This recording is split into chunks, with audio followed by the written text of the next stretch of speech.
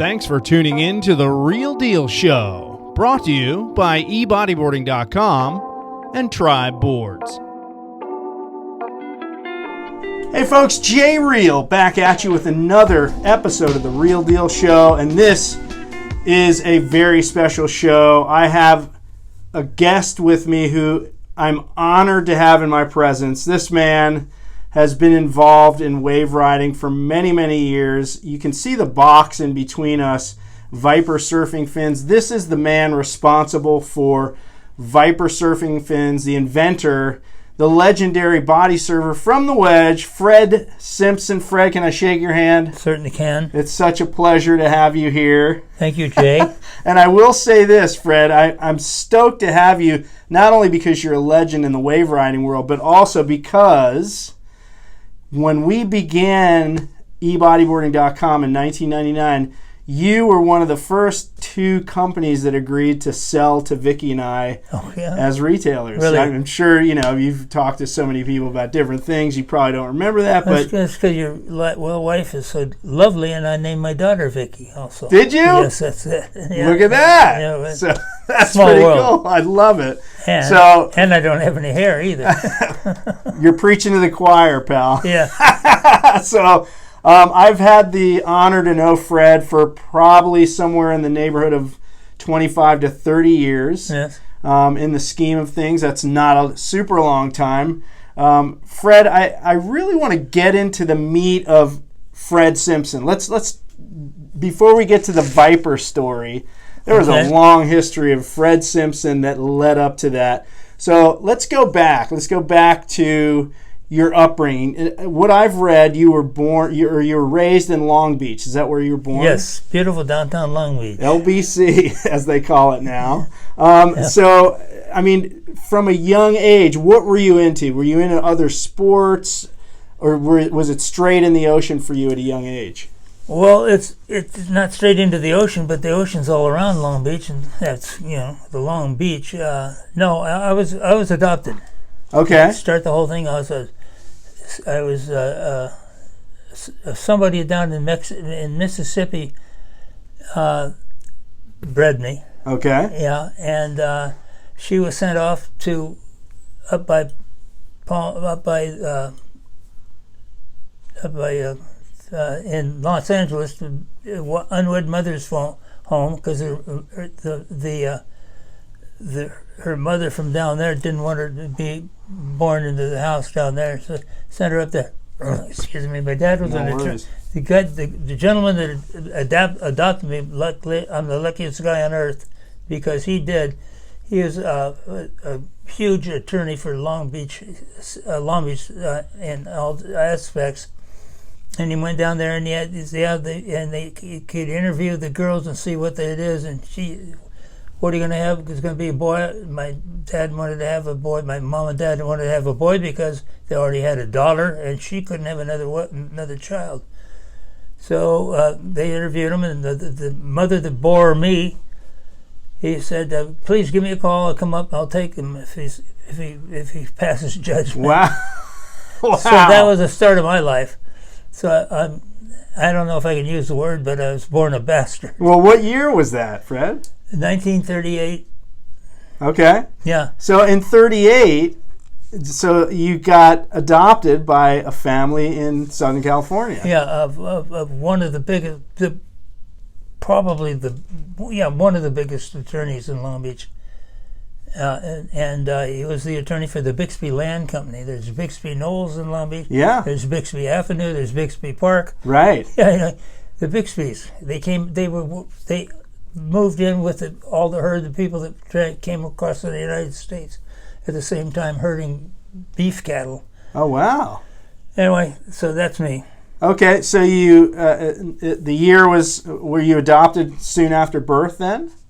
Yeah, I was like 3 months old. Okay, so 1938, you're in Long Beach. Yeah. Now, Long Beach at that time, was the breakwater there? No. There are actually waves that broke in Long Beach, right? The waves aren't what's on land that's there. It's the same south swell that comes up from Mexico, and it's still the same surf, same swells, and it would have hit, all of them would have hit into San Pedro. Oh, wow. But they broke up the coast starting in Long Beach and where the Wedge is. Yep. And down in Mexico, the Mexico coast. So that's the start of the South Swell coming up the coast, and that's. And then when I was in high school, I played water polo and swam all the way through high school. So you're a competitive swimmer. I'm a competitive swimmer and in water polo too. I'm competitive. Were you doing any sports as a young kid, like before high school? Were you in the ocean? Yeah, all the time. Oh, okay. I went down to the ocean all the time. I lived in Bixby Knolls. Oh, yeah. And the mothers of kids that wanted to go to the beach all the time would take groups of us, and we'd go down to 5th place in Long Beach. Wow. Yeah. And just hang out in body surf. Mess around riding waves. Learn how to. So you were comfortable in the ocean, and that led to water polo and swimming in high school? No, actually, around the corner from me, I'm Simpson, S-I-M-P-S-O-N, and around the corner were the Stimsons, S-T-I-M-S-O-N. Okay. And Denny Stimson was one of the 2 fastest swimmers in the state of California for 100 yards. And so that's what, and played water polo. That's when I had an older sister, and they were my one of the kids that they were over there. Stimsons was my age. So big influences on you. It sounds like. Yeah, we were a clan. You competed, like all friends are of that age. You want to compete against your buddies. Yeah, we're right around the corner from each other. Yeah. Kind of like isolated, lucky guys in the neighborhood. So now high school goes by, and then you end up at UCLA, right? No, I go to Long Beach City College first. Okay. And played water polo there. Wow. Okay. And then went to UCLA. Yeah. And graduated from there. Did you play water polo at UCLA? At UCLA, yeah. And what were you studying? Economics and history. And with a view to do what after college? When? Like, what did you want to do for a living that made you study economics and history? What was your intent? Did you have a plan? Like, I want to be a insert name of career here. No. I didn't want to be a teacher, but all my life, for some reason, they used to call me an arguer. Why is that? Because I said, why did you say that? So you should have been a lawyer then. Possibly. So you got your degree in what year? Do you remember? 59. Okay, and then after college, what happened? Did you? Now I read somewhere that you did a brief stint in the service. Yeah, right? that was right between the end of the Korean War. The Korean vets came out of the service in the early 50s, when I was at City College, and I didn't want to get drafted and have to spend 4 years in combat. Yeah, sure. And then they started playing games in Vietnam. Yep. And I joined the National Guard in Long Beach there, and had a great time. It was 105 howitzers. 2 weeks out of every summer. Love it. Fire 105s. Where would you go to do that? Fort Liggett, Hunter Liggett, up in it's north of Santa Barbara. Oh yeah. That's the artillery range. Yeah. Yeah. We were firing 105s. It took three of us to fire it. Jeez. One person to feed the shells into. And there's a group over here. You're taking out the powder, getting the firepower they wanted in it, reducing it from 7 bags of gunpowder. Okay, 3 bags. They take out 4, and then they hand it to the next guy, who hands it to me, and I put in the thing, and then fire, boom. Oh man. Yeah, it was all kinds of fun. Oh yeah, it was really fun. And you got paid. Yeah. Well, yeah, you had to. Yeah. And it was Hunter Liggett. The temperature was 110. Oh jeez. And they put us into the barracks building set up for films, and they showed how to not get frostbite. Like they had frostbite in the weather in the winter in Korea. Yep. And so we're in there. It's 120 degrees. Everybody's sweating, and the toe showing breaking off the toes of 4 frozen toes. Oh my God! It was crazy, but that's where we went. Wow. It was the hunting lodge area for the editor of the paper, big newspaper. That I can't remember who it was, but California. Mm. But wow. So you did the National Guard. Had all kinds of fun shooting howitzers. When we're not at the firing range. And you ended up working at Xerox, right? Oh yeah, Xerox. That's right. They just came up with a plain paper copier. Yep. Yeah, and Xerox. My buddy was selling for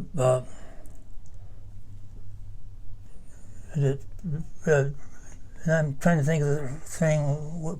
The radio, portable radio. What is it? Oh, like a transistor radio? No. It's a telephone.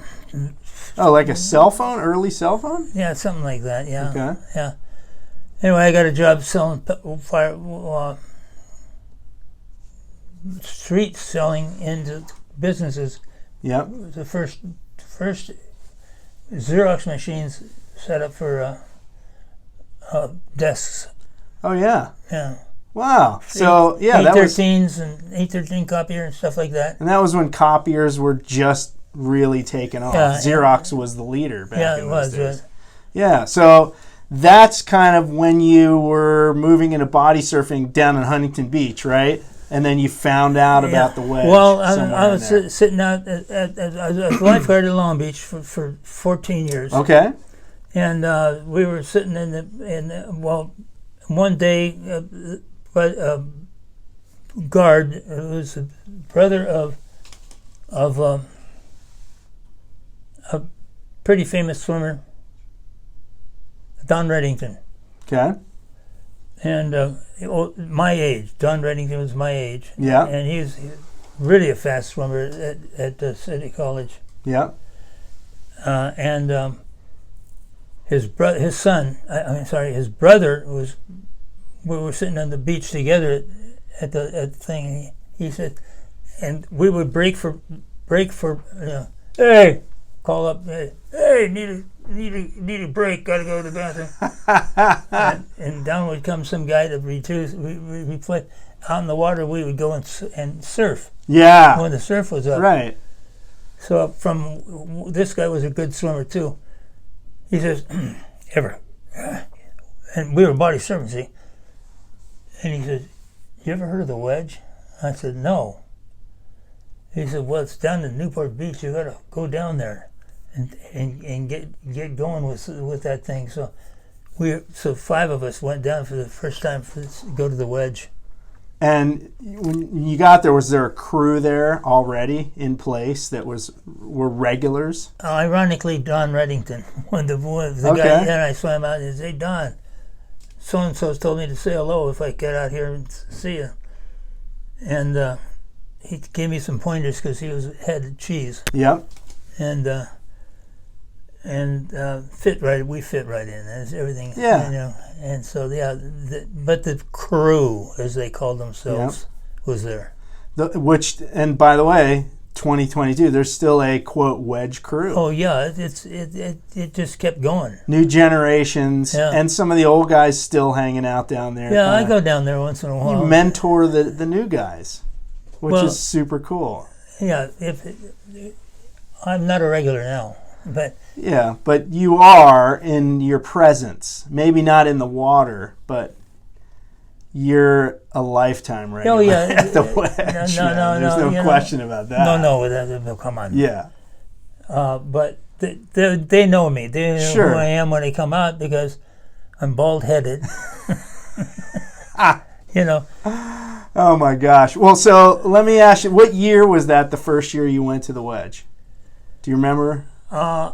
60s, sometime in the 60s. You got a spy at the front door. That's okay. We have customers. We're directing them around to the warehouse. Hey, now what was your question? I'm so sorry. So yeah, what was the first year you went to the Wedge? What year was that? Or roughly, early 60s? It was in the late 50s. Late 50s. Very late 50s. And there was a crew of body surfers there already. Oh yeah, it's every beach.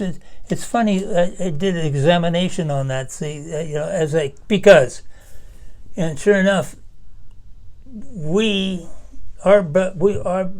crew when I was there was about 30 guys. Yep. And it moved over older, and young guys, new guys, and then we started letting them take waves, and the same old rigmarole. Yeah. Yeah, and it was fun, and everybody had respect for the older guys. Of course, as they should. That's been lost, I think, in modern wave riding. A lot of the people who've put in a lifetime at a certain spot.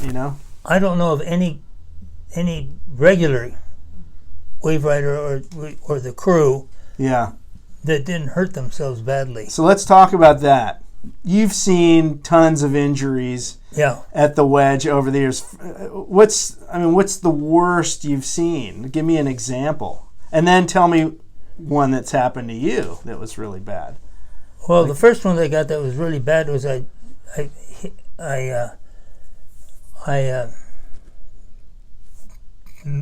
broke my second lumbar vertebrae, or squashed it, and blew the rings out. God, what happened?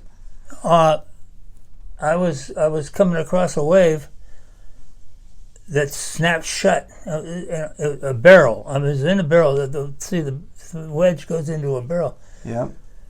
And it snapped shut, and it blew my feet up for me because my heels were going in front, and because I was right near the shore. And I sat down like I'd fallen off a skateboard. Like my skateboard went out from under me, and I sat down on the bottom. Oh, with the pressure. It just compressed your discs. Oh my God. Yeah, that hurt and then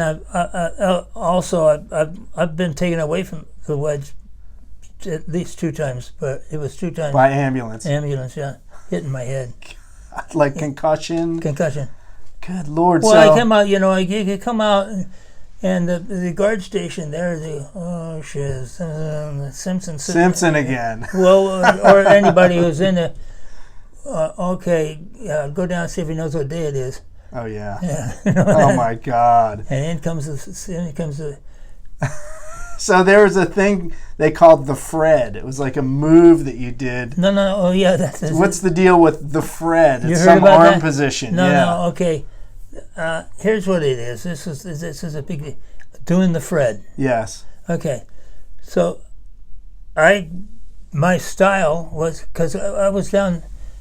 We would shoot the Wedge. We would shoot the Stimsons. Yep. And me, the Your Simpson neighbor. brothers. Yep. And myself, we'd go down and shoot the pier at Huntington Beach, and body surf the Huntington Beach pier. See, and I learned from watching guys down there, because I'm young enough. Get the shoulder, start down to get the wave, scissor kick with the fins as hard as you can. Get into the wave, get your arm out of the way. Yeah. Move the shoulder, make it all smooth here. Yeah. And then, boom, you start going on the wave, and I found out, God, I'm looking down the wave. Yeah. I'm down the length. And the hand goes down, my right hand would go down by my hip. I was doing lefts, always lefts. Yeah. And the spray from my hip was hitting my hand, and I could feel it, and it kind of lift my legs up. And then, boom, I'm down at the bottom. What went wrong? I said, well, God, I slid down, and then the lip came down and brushed me, put me on the bottom of the ocean. And I'm sitting there going, blah, blah, blah, blah. God, why am I doing down here? And it's spinning me around. I said, and the thing for the motto at the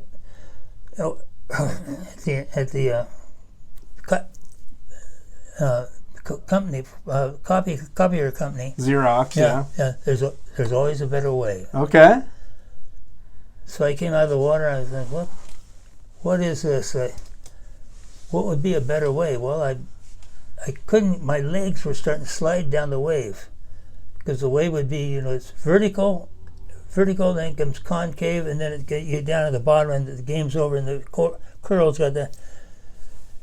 And I got caught in the slipping. My feet slipped out. So now we're segueing into the invention of the Viper fins. So Design. Is this what prompted it? Well, first off, I didn't have strong enough takeoff to really get out in front of it. But the Fred, we were discussing, doing the Fred is when you get down and get the altitude and the attitude, like facing downhill, but you're going straight across the wave like this. Yeah. And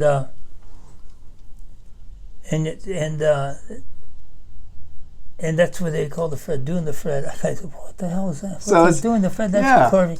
And then we went down to the show, surf show convention at Long Beach at the college. ASR show. Yeah. Maybe. And we had displays that they had a picture up, and they can come by and look at the fins, the Viper fins, the Viper fins. Yeah. And this one guy comes up, Stud Muffin comes up, and he looks at the picture, and he goes, "I'll be damned, it's Fred doing the Fred." And I heard that, before, and because what a corny thing to say. And now this guy don't even know. Never seen him. He's never seen me. He didn't know I was standing next to him. Your reputation preceded you. Well, no, and the move that you invented. No, just the picture of the thing, Yeah. I didn't realize it was that unique of a There you thing. go. It's a thing now. And so then that's what that was, and from there it kept going. Yeah, so tell me, that brings us to this. Huh. So you thought of a better way to skin the cat, so to speak, right? What were you using before you came up with this? Well, when I bought my first pair of fins, the only ones I could get that I wanted to use, I didn't want to use Churchill's, because they didn't have any oomph to it. And Churchill's have been around since, I think, the 1930s, right? Well, yeah, Owen Churchill. Yeah, it was. Yeah, it's older. It's a lot older, the fin. Yep. And the problem was where are you going to get the rubber to make them? Oh yeah. See, so they had to stop all the wars. But I said to myself, well, now the fin. What good is the fin? And it's you push the flat fin down, and the only thing that counts is what goes off the tip, and most of it goes off both sides on the. Yeah, it bleeds off the sides because there's nothing to channel the waters. Goes both ways, and this gets what it gets just by on a flat blade with no edges. Yep. So I said, what the heck? And so I went through the whole gyrations of taking my duck foot. This is a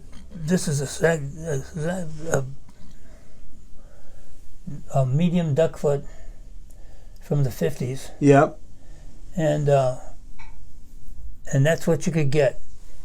And then they came out with UDTs, underwater demolition teams, which Bud Brown was there. So they made it a long blade. It's about 2 inches longer than the long Viper. But when I put out the Viper and put these edges on it, it channels all the water. It channels all the water off the blade tip, and nothing comes off the sides. So a hard kick like that, and it's taking a bunch of water and putting it on. And plus that, the blade goes from 1/8 of an inch to 3/4 of an inch thick at the toes. So there's a little snap at the end. Huge. I can snap it on that and break the thing. Boom. You get a little flex at the end, but none at the foot end of the blade. Up here, no. So you just I made this design. I made this out of plywood. balsa wood. Made a fin like this. Went around to the stores and say, first, if I made a fin out of this, balsa wood, if I made this out of rubber, would you buy it? and sell it to the guys, and this is why, and this is why. Okay, so that's other. So I made these fins. I made a batch of these fins, and they worked, and got me in the Fred position, up, just below where it's going over like this. Yep. And no drag here because my arms, my hands touching the water, not pushing down on it. Yeah, because you're higher on the wave face, steeper part of the wave. And then the back here, this caught everybody's eye. They thought I was doing some corny thing to look at me. Yeah. And that's what it did. And they worked. First crack. Yeah. How hard was it to find a rubber manufacturer to make the first batch? Well, I was... in the molds for that reason. I was working part-time in a factory over in Los Angeles. Okay. And they then the next step was make a mold. Yep. I got my copy of my... I took my plastic, I made my plywood thing, it looked just like this, and found a local guy that did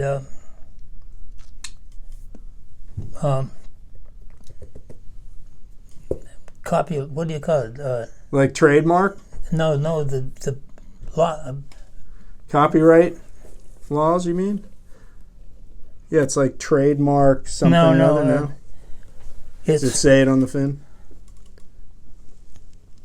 Pacific South Swell? Yeah, that was my company name there. Yeah. And U.S. patent? Yeah, patent number. Oh, there you go, patent. Yeah, right. so I got the patent papers there. Oh, yeah. Yeah. Wow. And and so that was cool, and then it came out and it worked.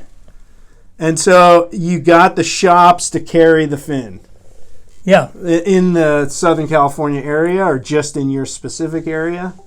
First, I had to make the fins, you know. Sure. And then I sold them to, I forget what the popular surf shop, Jack's. Okay. And they bought them. Okay, so then it went on from there, and then Monkey See, Monkey Do, and then the Wedge crew got them. Ah. And they really do work. I mean, yeah. it's boom! It's a thing that works. Oh my gosh. Away you go. And so you've modified these over the years, though. Yes. Like this is the initial one with these really tall. You can call them I-beams, but you call them vertical edges. Yeah, vertical edges. And at some point, you decided to cut the ones off on the bottom. Yes. Why? Because you're riding like this. Well, and so this doesn't really come into play? Exactly. Or because it's hard to walk in them, or what? You hit it. Okay. And, you're not supposed to walk in fins. Yeah. Yeah. Anyway. We know that. The reason why I cut it, and it took a change in the mold, yeah? Sure. So I had to, so for when we were making them, I had to get a guillotine for this, and then I finally got the molds redone. Yep. So I didn't have to use the guillotine anymore. Oh, so initially you just trimmed them after they were made. You trimmed those. But the thing that made me want to do that really was Kainoa McGee was walking in them one time, coming after Studley Victor out there in the water. Uh-oh. I see what's coming. And a bevy of young brides were sitting there, Kainoa. Oh, Kainoa, and he tripped and fell. And they all started laughing. And that was the end of the vertical edges.